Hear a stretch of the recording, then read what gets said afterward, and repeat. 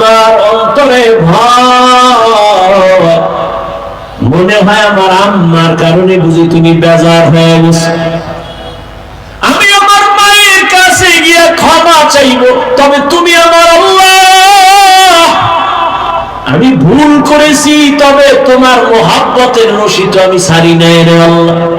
আমি আমার মায়ের থেকে ক্ষমা নিব, তবে তুমি তো জানো আমি কোনো জিনা করি নাই। আমি এমনে জিনা কেন, আমি চোখ দিয়েও তো সুন্দরীরে তাকাই নাই। এখন আমার কঠিন পরীক্ষা শুরু হয়ে গেছে, তুমি দয়া করে এই পরিবেশে আমার ইজ্জতের হেফাজত করো, আমার ইজ্জতের হেফাজত করি। ওরে মালিক, কান্না করে দোয়া করে নিচে নেমে আসে। মেয়েটা ওই বাচ্চা নিয়ে দাঁড়ানো। আল্লাহর বান্দা যুবক ডাক দিয়া কয়, এই সুন্দরী, বল তোর কি দাবি? কয় তুমি আমার সাথে জিনা করেছো। বলে অসম্ভব। বলে সম্ভব। এই বাচ্চা তোমার? বলে অবশ্যই না। বলে অবশ্যই তোমার। আল্লাহর কাছে কান্দিয়েছে না, তা আল্লাহ তো চোখের পানি কবুল করবেনি। মারটা কবুল হয়ে গেছে। জিনাকারের চেহারা দেখছে না, জিনাকারিনীর চেহারা দেখে ফেললো। ওর চেহারা দেখবে দূরের কথা, এখন যায় যায় অবস্থা, ইজ্জত গেলে তো সব শেষ। মানুষের জীবনের বড় পুঁজির নাম সম্মান। এই দ্বারা দুনিয়া দুনিয়া দুনিয়া দুনিয়া জিকির করে, নামাজে দাঁড়াইও দুনিয়া। দুই জিনিস দরকার, আরামে থাকবে আর সম্মানের চেয়ারে বসবে।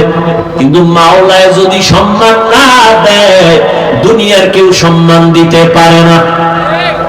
আর কেউ যদি টাকা দিয়ে সম্মান কিনে, একবার ফুলের মালা, টাকার সম্মানের পেছনে হয় জুতার মালা। আর আল্লাহ যাকে সম্মান দিবেন, ওই সম্মান কেউ কেড়ে নিতে পারে না, বরং তারা দুনিয়ায়ও বাদশা, পরকালেও বাদশা। চেয়ারম্যানের চেয়ারের মেয়াদ শেষ, আর আমরা উলামায়ে কেরাম যে চেয়ারে বসছি, চেয়ারের তো কোনো মেয়াদই নাই। আবার শেষ কিসের? আছে কোনো মেয়াদ? একদল হাসে, একদল কান্দে। কিন্তু উলামায়ে কেরাম আগেও যেমন, এখনো তেমন, সামনেও তেমন। কারণ উলামায়ে কেরাম কোন ব্যক্তির গোলামি করে না, একমাত্র তারা আল্লাহর গোলামি করে। শুধু আলেম না, এই আলেমের সাথে যার সম্পর্ক ভালো, আওয়ামী লীগ হইলেও শান্তিতে আছে, খবর নেন। অনেক আওয়ামী লীগের লোকের খবর জানি, বিএনপির লোকের খবর জানি, আলেমের মোহাব্বত করে দাঁড়িয়ে রাখছে, নামাজ পড়ে, মাদ্রাসায় টাকা দেয়, মসজিদে টাকা দেয়। এরা যত ঝড় তুফান হোক না কেন, তারা এখনো শান্তিতে আছে। দুনিয়ায় উলামায়ে কেরামের বন্ধু হওয়ার কারণে সম্মান, কিয়ামতের দিন আমার আল্লাহ উলামায়ে কেরামের বরকতে আবার জান্নাত দিয়ে দিবে। আমাদের কালার, তোমার কাফনের কালার দুই না এক? কাফনের উপরে লেখা থাকবে বড় হুজুরের লাশ। কথা বলো, কে ধনী, কে গরীব, কে আলেম, কে মূর্খ, কে ইমাম, কে মুক্তাদি, কে ডাক্তার, কে রোগী। কাফনের মধ্যে ঢোকার পরে সব ভাব বন্ধ হয়ে যাবে, লেখাও থাকবে না, সব একাকার হয়ে যাবে।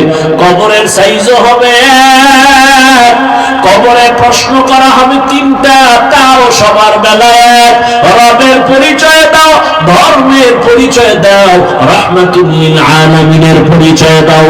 রহমতের নবী বলেন, এই তিনটা প্রশ্নের জবাব যারা দিবে, তাদের কবর হবে রওজাতুম মির রিয়াজিল জান্নাহ। আর যারা দিতে পারবা না, তাদের কবর হবে হুফরাতুম মিন হুফারিন নার। কে কবরের জবাব দিতে পারবে, কোনো গ্যারান্টি নাই। আমরা হুজুরেরা পারবো, তারও কোনো গ্যারান্টি নাই। যদি থাকতো, জান্নাতের টিকিট হাতের মধ্যে নিয়া সাহাবায়ে কেরাম জীবন ভর কান্না করতেন না। রহমতের নবী বলেন, আমি একদিন আয়েশার হুজরায় ঘুমায় গেলাম এশার পরে। আমার মাথার কিনারাই তো মসজিদে নববী, আমার মসজিদ। আমি হঠাৎ, আমি ঘুমাইলে আমার চোখ দুইটা বন্ধ, তবে আমার অন্তর ঘুমায় না। রাতের গভীরে হঠাৎ করে আমার কানের মধ্যে শুনি কান্নার আওয়াজ আসতেছে। আমি সজাগ হয়ে গেলাম, আমার মসজিদের ভেতরে এই গভীর রাতে কে কান্নার আওয়াজ করে। আমি উঠলাম, উঠা আমি বের হইয়া দিয়া নজর করে দেখতেছি আমার মসজিদের মধ্যে রাতের গভীরে দাঁড়ায়া দাঁড়ায়া কান্না করে ভিন্ন কেউ না, আমার হাতে গড়া সাহাবী, জান্নাতের 1 নাম্বার সাহাবী আবু বকর নামাজে দাঁড়ায় দাঁড়ায় কান্না করতেছে। নামাজ শেষ করে আমি আবু বকরকে বললাম, ও আবু বকর, নামাজে দাঁড়াইয়া এই গভীর রাতে একা একা কেন কাঁদলেন? আবু বকর বলেন, ইয়া রাসূলুল্লাহ, আল্লাহর আদালতের ভয়। আপনি তো কিয়ামতের বয়ান করেছেন, মানুষগুলো উলঙ্গ দাঁড়াবে, নবীরা পর্যন্ত কান্না করতে থাকবে। ওই দিন আল্লাহ যদি আমি আবু বকরকে ডাইকা জিজ্ঞাসা করে, আবু বকর আমার জন্য কি নিয়ে আসছো? আমি যদি বলি আল্লাহ তেলাওয়াত নিয়ে আসছি, ও আল্লাহ তোমার মুহাব্বতে নামাজ পড়েছি, রোজা রাখছি। আল্লাহ যদি কে আবু বকর তোমার আমলটা আমি যেইভাবে চাইছি ওইভাবে তুমি করো নাই, তোমার আমল আমার পছন্দ হয় নাই, আমল নিয়ে তুমি যাও, আমি আল্লাহ কবুল করলাম না। ও নবী, সাথে সাথে জাহান্নামের হ্যান্ডকাপ আমার হাতে লেগে যাবে। দুনিয়ার সূর্যের গরম সইতে পারি না, জাহান্নামের আগুনের গরম আমি কেমন করে সহ্য করব? এই ভয় আমি নামাজে দাঁড়ায় দাঁড়ায় কান্না করতেছি। আবু বকরের মতো জান্নাতি সাহাবী নামাজের গভীরে যদি রাতের বেলা কান্না করেন, তাদের কত সুন্দর তেলাওয়াত, কত সুন্দর নামাজ, কত সুন্দর রোজা, কত সুন্দর তাকওয়া, তাদের তুলনায় তো আমাদের কোনো আমলই নাই। আমাদের না নামাজ আছে, না রোজা আছে, না তেলাওয়াত আছে। টুকটাক যা করি সব মানুষকে দেখাবার জন্য করি। আবু বকর যদি এত সুন্দর আমল কইরা কান্না করেন, তাহলে তো আপনার আমার গলায় রশি লাগায়া সারা জীবন কান্না করা দরকার। অথচ কপাল এতটাই যে খারাপ, নিজেও কাঁদি না, অন্যের কান্নাও পছন্দ করি না, নিজেও ঠিক মতো নামাজ পড়ি না, অন্যের যদি নামাজ পড়ে তাও সহ্য করতে পারে না। অনেক কপাল পোড়া আছে, নিজেও হালাল খায় না, অন্য হালাল খায় তাও পছন্দ করে না। ও পর্দার আড়ালের আম্মা জানেরা, আম্মা জান, আপনাদের জীবনটা কতই যে ধন্য। আপনারা নবীদের মায়ের মতো মা, সাহাবায়ে কেরামদের মায়ের মতো মা। আজকে এখানে কত বোনেরা, কত মায়েরা পুরস্কার পেয়েছেন, হাফেজা হয়ে গেছেন। আপনাদের জীবন তো এমনই ধন্য জীবন। আপনারা তো আয়েশা রাদিয়াল্লাহু আনহার মতো নারী, ফাতেমা রাদিয়াল্লাহু আনহার মতো দামি নারী, খাদিজা রাদিয়াল্লাহু আনহার মতো দামি নারী। আপনারা তো ইসমাঈল নবীর মা হাজরা আলাইহিস সালামের মতো দামি নারী। আপনারা তো ঈসা নবীর মা মারইয়াম আলাইহিস সালামের মতো দামি নারী। আপনারা তো বেঈমান ফেরাউন, এই জমিনে আল্লাহর বড় দুশমন, তার স্ত্রীর নাম কি? আসিয়া, কত দামি নারী। রহমতের নবী বলেন, কিয়ামতের দিন আসিয়ার সাথে জান্নাতে আমার সাথে বিবাহের ব্যবস্থা হবে। ও এলাকার মা বোনেরা, ও আম্মা জানেরা, ওই ফেরাউনের ঘরে থাইকা আসিয়া যদি আমার আল্লাহর পেয়ারা হয়ে জান্নাতি হয়ে যায়, আপনার স্বামী তো ফেরাউনের মতো খারাপ না। আপনি কি পারতেন না নামাজ পড়ে স্বামীকেও নামাজের দাওয়াত দিতেন, দোয়া করতেন? আপনার স্বামীকে যদি বুঝাইতেন, ও স্বামী আমার, বাবার আদর মায়ের মোহাব্বত ছেড়ে তোমার সংসারে চলে আসছি, জীবনে না খাইয়া থাকলেও আসি, খেয়ে থাকলেও আসি, তবে তোমার কাছে আবদার, তুমি কষ্ট করো দিন রাত্র আমাদের হাসি ফুটাবার জন্য, সন্তানের পেট ঠান্ডা করার জন্য। তোমার কাছে জীবনের দাবি, কোনদিন হারাম অবৈধ টাকা ঘরে নিয়ে আসবা না, হারাম টাকা খাইয়া আমাদের রক্ত নাপাক করবো না, সন্তানের রক্ত নাপাক করতে দিব না। এভাবে যদি মা স্বামীকে বুঝাইতেন, কোন স্বামী হারাম টাকা ঘরে নেওয়ার সাহস পাইত না। এরে আম্মা জানেরা, এখনো সময় আছে, তওবা করেন। আপনাদের সন্তানদেরকে এতক্ষণ আমি যত কথা বুঝাইলাম, ও যুবক, তুমিও মুসলমান, আমিও মুসলমান, তোমার আমার আল্লাহ এক, নবী এক, কোরআন এক, কাবা এক, ধর্ম এক, কালেমা এক। অথচ তোমাকে বারবার বয়ান করা লাগে কেন? টুপি পরো, নামাজ পড়ো। কারণ কি? আমি টুপি ছাড়তে চাই না, লজ্জা পাই। তুমি কেমন মুসলমান, তুমি টুপি দিতে চাও না, লজ্জা পাও। আমি দাড়ি কাটতে লজ্জা পাই, তুমি রাখতে লজ্জা পাও। আমি নামাজ না পড়লে লজ্জা পাই, তুমি নামাজ পড়তে গেলে লজ্জা পাও। আমি মসজিদে না ঢুকলে লজ্জা লাগে, তোমার মসজিদে ঢুকতে গেলে লজ্জা লাগে। একবারও চিন্তা করছো নি বাবা তুমি কেমন জগতের ভিআইপি মুসলমান? তোমার অন্তরটা এমন কেমনের যুবক, অথচ তোমার মতোই তো যুবক জীবনে মাদ্রাসায় পড়ে নাই। ভালো করে একটু খেয়াল করে জবাব দাও। জেনারেল লাইনে পড়নেওয়ালা যুবক স্কুল কলেজে পড়ে, সত্য কথাটার সাক্ষী দাও। 5 বেলার নামাজি দাড়িওয়ালা আছে না নাই? তোমার জন্য আর নতুন কোন ওয়াজের দরকার নাই। নিজের শুধু একটাই প্রশ্ন করো, এ কপাল পরা, তোর কপালে কার অভিশাপ লাগাইছো? তোর মতো যুবক যদি স্কুল কলেজে পড়িয়া নামাজ পড়ে, তুমি কেন পারো না? তোমার কপাল কেন খারাপ?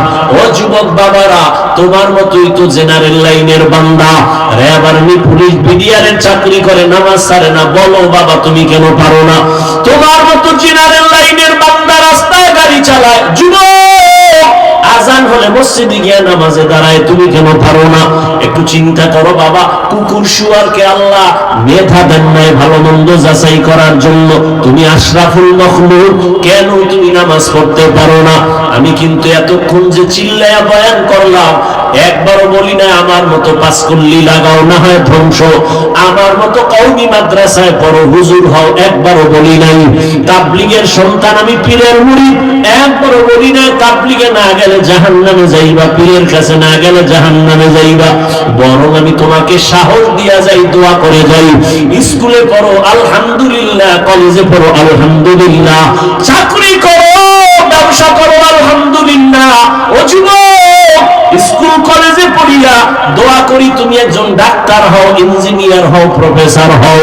তবে আমার একটা ছোট্ট দাবি, তুমি ডাক্তার হও, ইঞ্জিনিয়ার হও, ব্যবসায়ী হও, চাকরিজীবী হও, কখনো বেয়াদব হইবা না।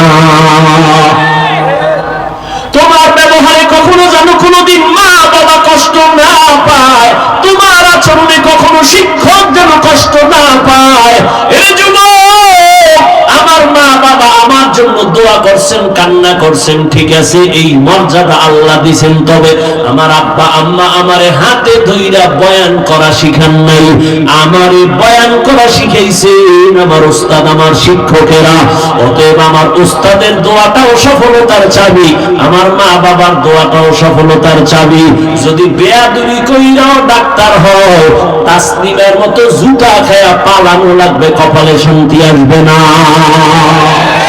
তো কুজা সুন্নতে আহমদ কুজাবা মুহাম্মদ কাইবুদ নিসবত তোরা মান আহাব্বা সুন্নতি কওলে রাসূল মজদাই কানা মাই হাম কুন কবুল। ও আমার আল্লাহর গোলাম, এখনো সময় আছে, তওবা করো। তোমার মতো কত যুবক রাস্তায় চলার পথে দেখি ইংলিশে কথা কয়, অথচ উলঙ্গ পাগল, উলঙ্গ পাগল রাস্তায় ঘুরে আবার আরবিতে কথা বলে। চিন্তা করলাম, পাগল হইয়া আবার ইংলিশে কোচিং করেনি, আরবি শিখেনি। খুঁজে দেখলাম না, পাগল তো কখনো ইংলিশ আর আরবি শিখতে পারে না। পাগল আবার ইংলিশ কেন কয়, আরবি কেন কয়? বহুদিন ভাবার পরে জবাব পেলাম, আসলেই তো এই ছেলেটা মাদ্রাসার একটা ভালো ছাত্র ছিল, শিক্ষকের সাথে বেয়াদবি করে রাস্তার পাগল হয়ে গেছে।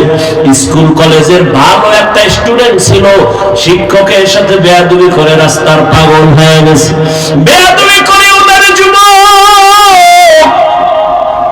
আদর্শবান ডাক্তার হইও, আদর্শবান ইঞ্জিনিয়ার হইও, মা বাবার দোয়া নিয়ে সামনে আগাইও। ওই যে ইবাদত বুঝার যুবকটা, ইবাদতের মজা পাইয়া মায়ের ডাকে সাড়া না দিয়া মায়ের মনে কষ্ট চলে গেল। নফল নামাজে দাঁড়াও, মা যদি ডাক দেয় নামাজ ছেড়ে দাও, মায়ের ডাকে সাড়া দাও। মদিনার আদর্শ। এরে যুবক আল্লাহর গোলাম, মা বদদোয়া করে ফেললেন, আল্লাহ জিনাকারী নীল চেহারা না দেখাইয়া মরণ দিও না। এই কথা বলা মাত্র ওই যে এলাকায় গুঞ্জন চলতেছে, আমাদের এলাকার বড় এক বান্দা, বড় বুজুর্গ, নামাজ পড়ে 24 ঘন্টা, হাতের গুনাহ করে না, চোখের গুনাহ করে না, অন্তরের গুনাহ করে না, কিন্তু মায়ের সাথে যে কষ্ট অপরাধ করে ফেললো এটা তো দুনিয়ার কেউ জানে না। এই খবর ছড়ায় গেছে পুরা এলাকায়। এখন ওই এলাকার এক সুন্দরী রূপসী মেয়ে ছিল, জিজ্ঞাসা করে, এই তোমাকে বুজুর্গ কি এত বড়? বলে হ্যাঁ অনেক ভালো। কেমন ভালো? বলে ভালোর সীমা নাই, আমার সামনে টিকবে না। কে কয়? সুন্দরী এক গুনাহগার বান্দি এলাকার। এরকম গুনাহগার মহিলা থাকে না এলাকায়? জিনা করে, অপরাধ করে, ওপেন অন্যায় করে। বহু মহিলারা নিজেকে গর্ব মনে করে আমি অন্যায়কারী। ওই মহিলা বলে তোমার বুজুর্গগিরি আমার সামনে টিকবে না। বলে অবশ্যই, তোমার মতো কেন, আরো সুন্দরী নিয়ে আসো, আমাদের বুজুর্গের ইবাদতের ঘরে আগুন দেওয়া সম্ভব হবে না।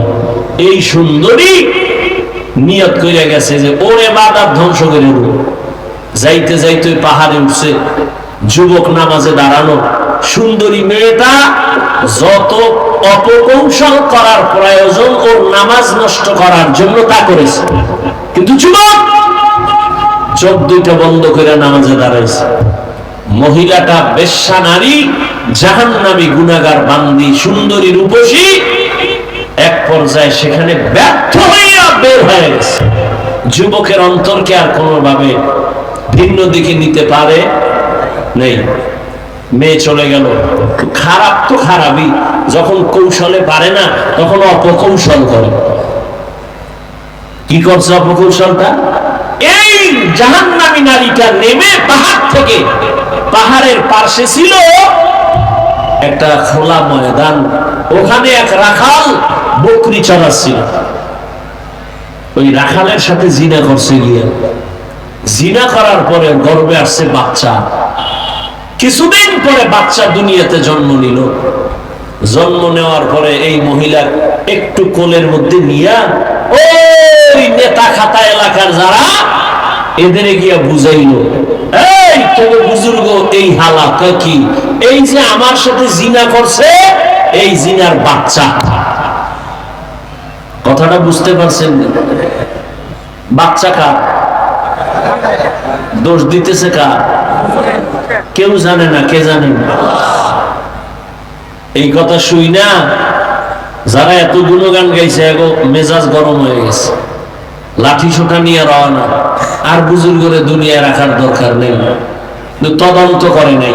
কি করে নাই? তদন্ত করে নাই। তদন্ত ছাড়াই চলে গেল। পাহাড়ে উঠা ভক্তরা তার ইবাদতখানা ভেঙে যখন শরীরের উপরে টাচ করবে, ঠিক এবং সেই টাইমে যুবক বলে, এই কি সমস্যা? কি বলো? বলে সমস্যা বলে লাভ নেই। লাভ নেই মানে? বলে তোমার এত গুণগান গাইছে এলাকায়, তোরা এরকম করিস না। ওই ওলামায়ে কেরাম ওর সামনে দিবি, তোরা পিছে যা। ওঠ, এই ওলামায়ে কেরাম আসেন এখানে, সামনে আসেন। আসেন, পিছনে থাকেন কেন?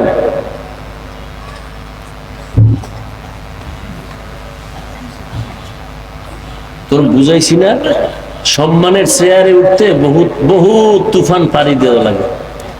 বিউটি পার্লারের সৌন্দর্য টিকে না। টিকে?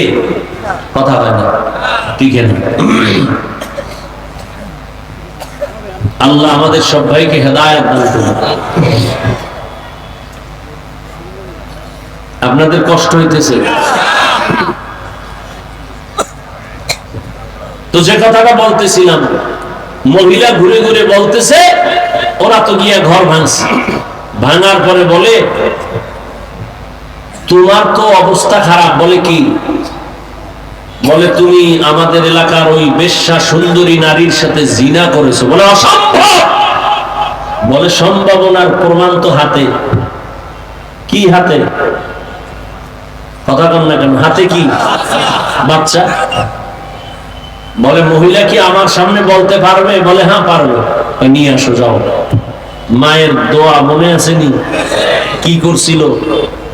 জিনাকারিনীর চেহারা দেখাইয়া এরপরে মরণ দিল। তাহলে মহিলা জিনাকারিনী না? এলাকার মানুষ সব চলে গেল। মহিলারে গিয়া কয়, তুমি পারবানি আমগো বুজুর্গের সামনে বলতে জিনা করেছে তোমার সাথে? বলে হ্যাঁ পারবো। কা চলো। এলাকার হাজারো মানুষ পাহাড়ের নিচে জমা হয়ে গেছে। জমা হইয়া এবার ডাকতেছে, বুজুর্গ নিচে নেমে আসো। যুবক তাকায় দেখে নিচে অনেক মানুষের ভিড়, হাতে লাঠি। ওই সুন্দরী রমণীটাও মাঝখানে দাঁড়ানো, বাচ্চা কোলে নিয়ে। যুবক পেরেশান হইয়া নিচে নামার আগে 2 রাকাত নামাজের সিজদায় পড়ে গেছে। ও দয়ার মালিক,